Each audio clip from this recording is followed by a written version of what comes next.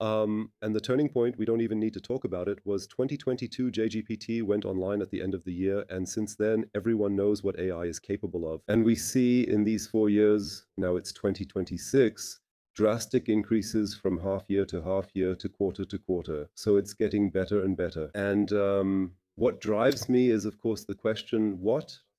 Where is this going? What will it do in the long term with us personally, with us as a society, with us as an economic system?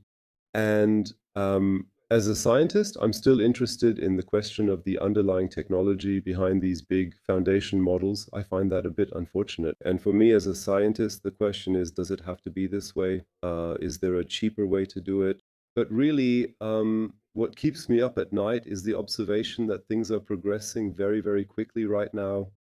We suddenly live in a time where cognitive machines, meaning machines that, to a very large extent, match many of the capabilities of biological brains. They can see, hear, speak, can write texts, can generate images, can describe images, can write code, and so on.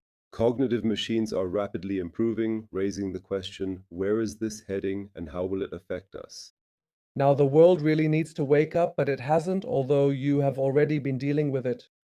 And because I saw that, it was clear to me, okay, if that's possible, because Go was impossible, but if that's possible, then we have to prepare for things that were all considered impossible. Since 2010, 2011, and 2012, we've gotten really, really good. And we've simply doubled that level every year, just like you said.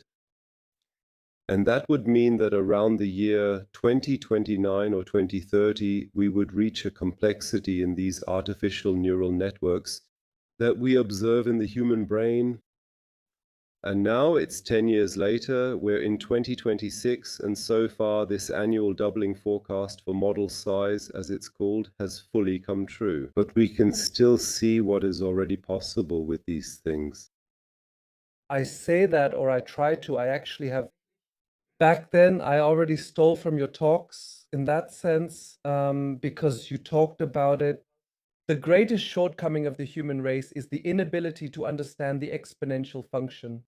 And then I say that's linear thinking, and exponential growth is you go 1 meter, then 2, then 4, then 8, then 16. You keep doubling. Do that 30 times. Where are you then? And yesterday, someone said again, I'm in the neighboring city. I said, yes.